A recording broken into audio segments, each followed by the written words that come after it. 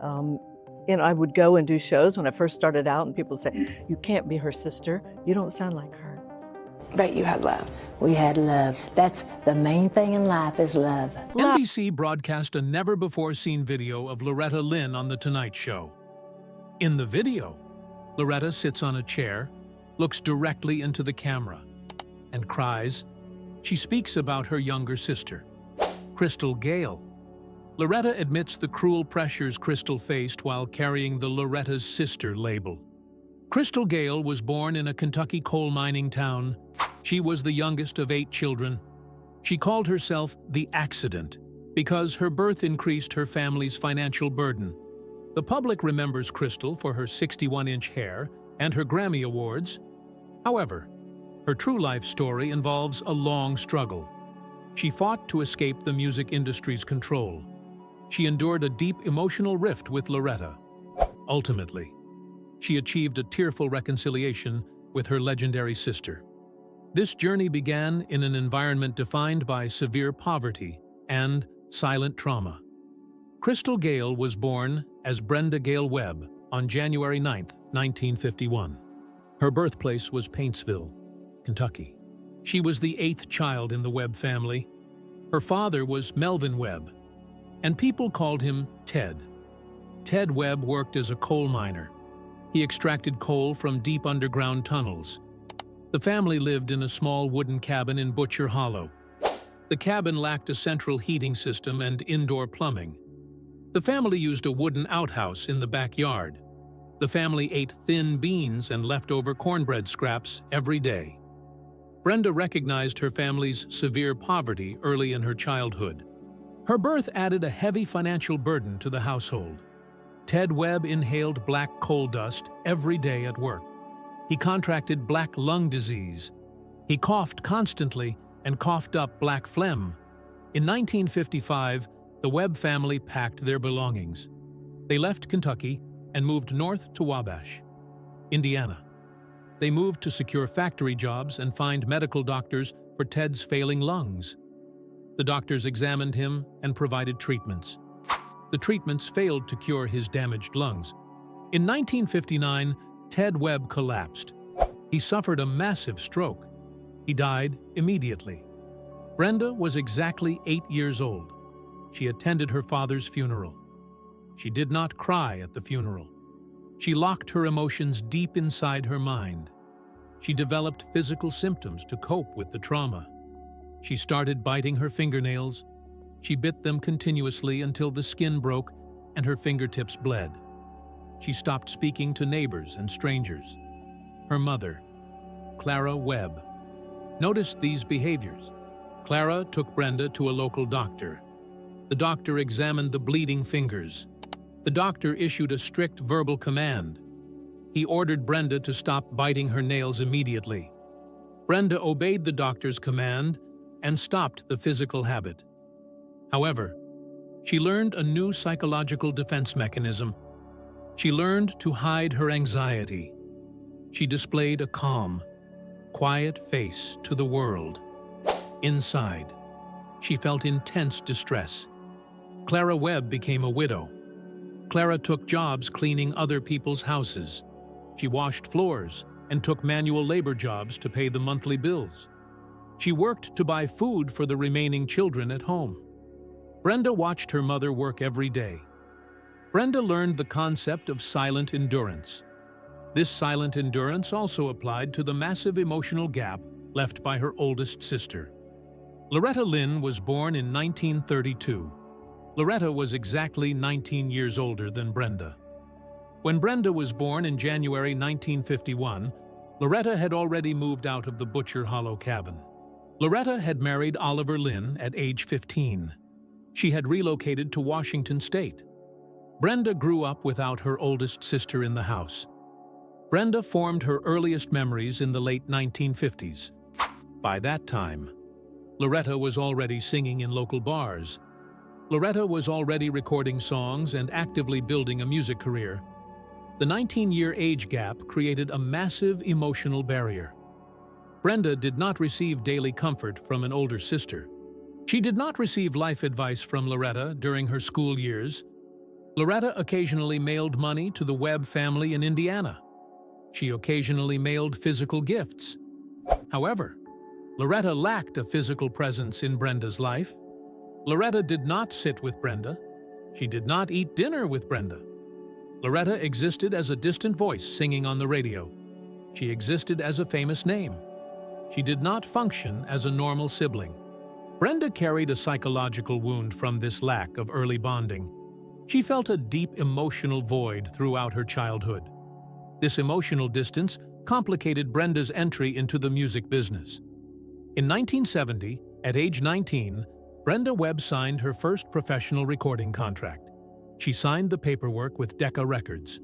The executives at Decca Records reviewed her name. They demanded a legal stage name change. Decca Records already managed a highly successful female singer named Brenda Lee. They wanted to avoid market confusion. Loretta Lynn intervened. Loretta looked at a sign for a Crystal hamburger restaurant. Loretta suggested the name Crystal. Brenda agreed to the change. She officially adopted the stage name Crystal Gayle from her very first day in the music industry. Professionals erased her individual identity. Record producers did not introduce her as Crystal Gayle. Radio DJs did not announce her name independently. Television hosts did not focus on her personal talent. They introduced her exclusively as Loretta Lynn's little sister. Loretta Lynn played a crucial role in securing the Decca contract. Loretta used her industry influence. Loretta also wrote Crystal's debut single. The song was titled, "I've Cried the Blue Right Out of My Eyes." Crystal recorded the track. Decca released it. The song reached number 23 on the Billboard country chart. This financial and professional assistance created a severe negative consequence. Decca Records forced Crystal into a specific mold. They forced her to sing with a heavy, exaggerated country twang. They forced her to mimic Loretta's vocal phrasing. They directed her wardrobe choices. They required Crystal to wear traditional, rural dresses similar to Loretta's stage outfits. Audiences bought the records. Music critics wrote reviews. They constantly compared the two women. Crystal lost the right to build an independent musical identity. She executed her sister's style. She realized her sister's kindness acted as a professional cage. To break free from this cage, Crystal executed a highly risky career pivot. In 1974, Crystal Gayle made a definitive business decision. Her contract with Decca Records expired. Decca had recently changed its corporate name to MCA Records.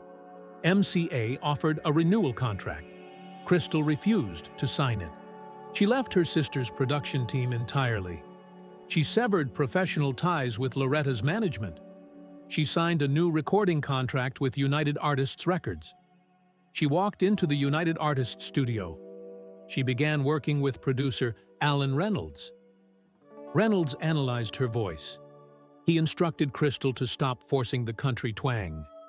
He explicitly told her to stop mimicking Loretta Lynn. He ordered her to sing using her natural vocal cords. Her natural voice was smooth. It was soft. It possessed a lower, warmer tone. They began recording new tracks. They mixed traditional country music elements with mainstream pop music elements. In 1974, she released a new single titled "Wrong Road Again." Radio stations played the song. Listeners heard a completely new vocal sound. The sound contained zero similarities to Loretta Lynn. The song reached number 6 on the Billboard country chart. In August 1977, Crystal Gayle released a new song. The title was "Don't It Make My Brown Eyes Blue." The song achieved massive commercial success. It immediately hit number 1 on the Billboard country chart. It crossed over to the pop charts.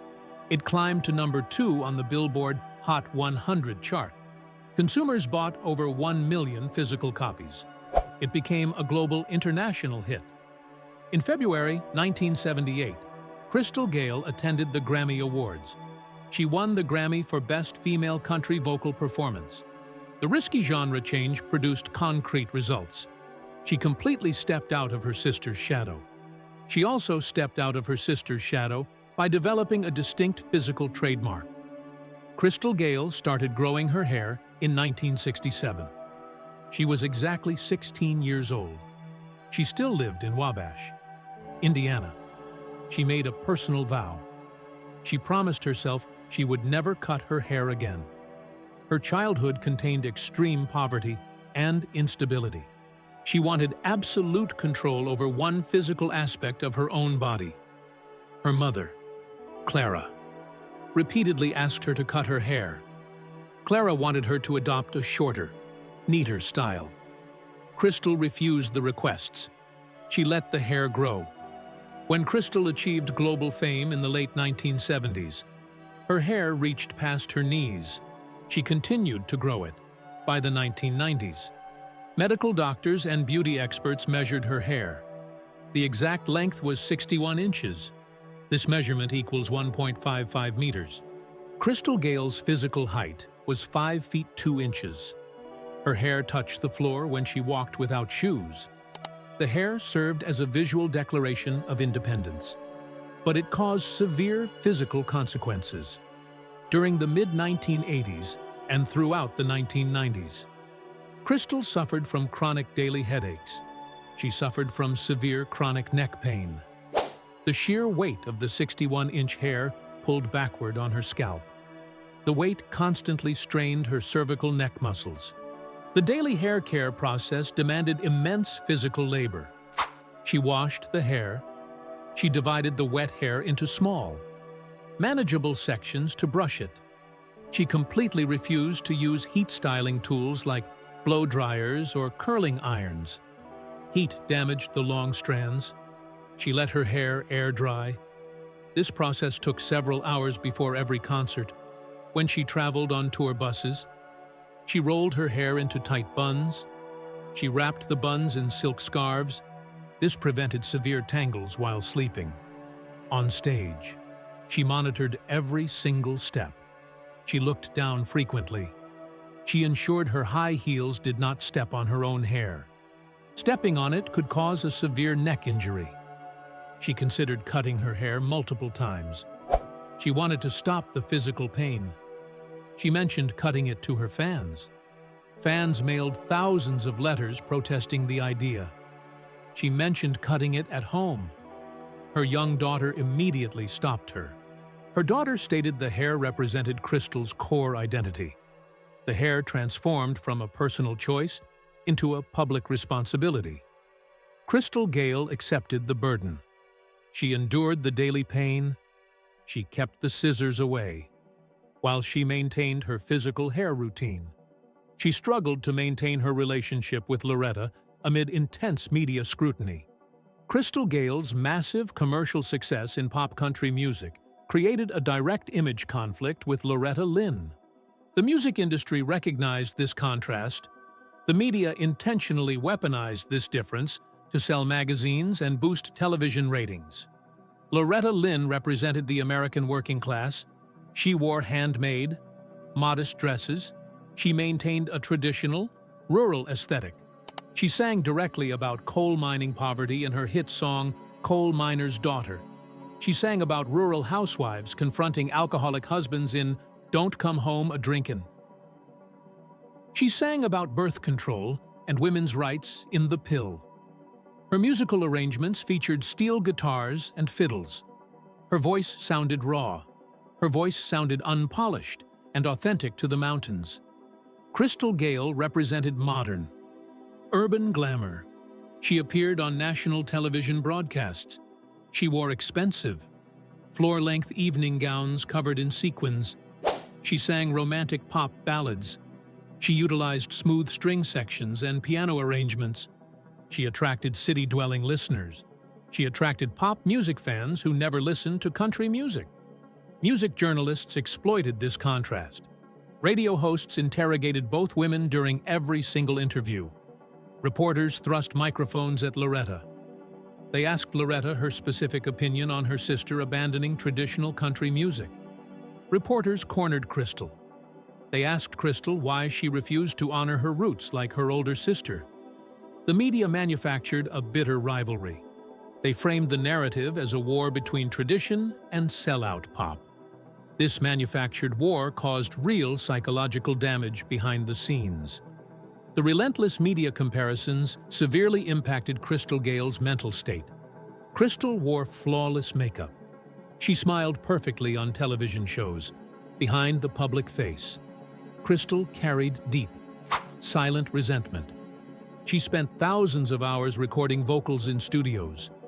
She performed hundreds of live concerts across the country every single year. She earned platinum records, yet industry executives and audiences constantly mentioned Loretta's name to her face. Crystal harbored a desperate desire for independent validation. She wanted Loretta to praise her musical talent. She wanted praise without any comparative metrics. She wanted to exist as an equal, not a subordinate. The physical and emotional distance between the sisters increased significantly during the 1980s. Loretta purchased and lived on a massive, rural estate in Hurricane Mills, Tennessee.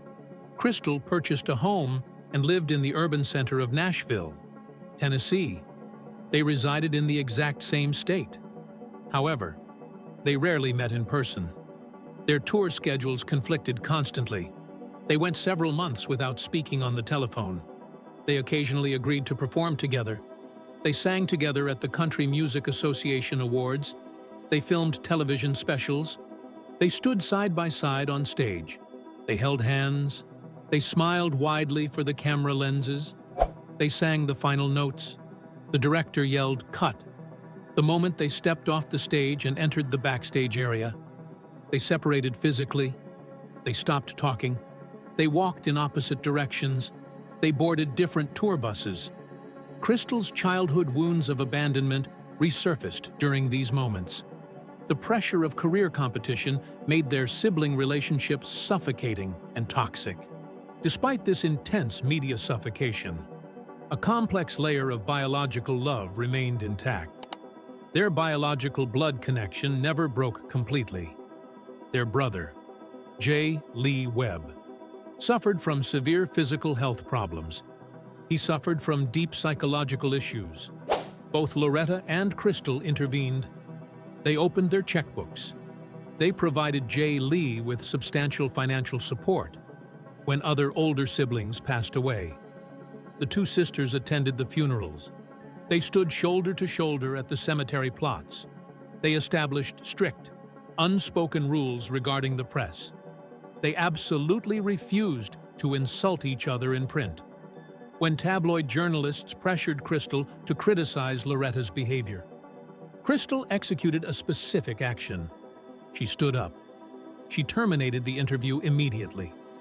Other times, she provided extremely short, robotic answers focusing only on respect. Their love contained deep, human contradictions. They hurt each other's feelings over industry rankings.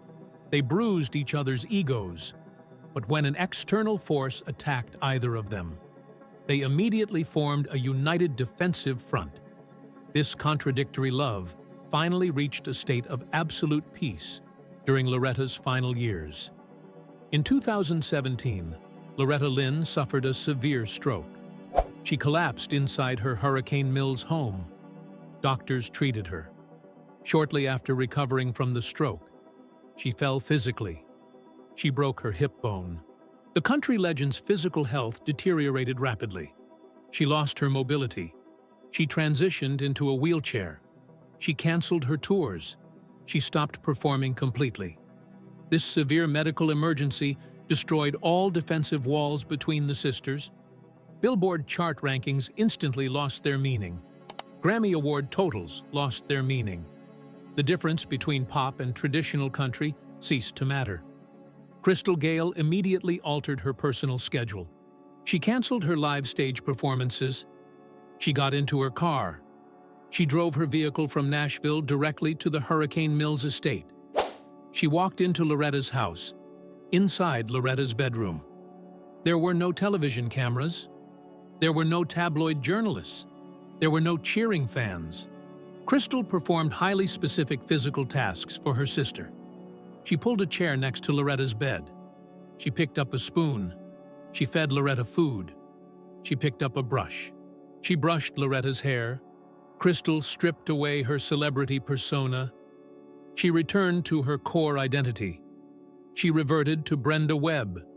She became the little sister from the Kentucky coal mines again. All the resentment regarding the Loretta's sister label vanished entirely. This physical caretaking process lasted for 5 consecutive years. It provided a quiet, isolated space for both women. They talked to each other. They addressed the decades of geographical and emotional absence. They forgave each other. On October 4th, 2022, Loretta Lynn died in her bed at her home. She was 90 years old on that exact day. Crystal Gayle issued an official public statement. She confirmed her sister's death to the world. She did not hire an event planner. She participated directly in planning the funeral arrangements. She selected the details. At the memorial service, Crystal did not hide her grief.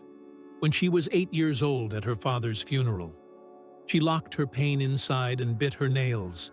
At age 71, at her sister's funeral, she expressed her pain openly. She cried.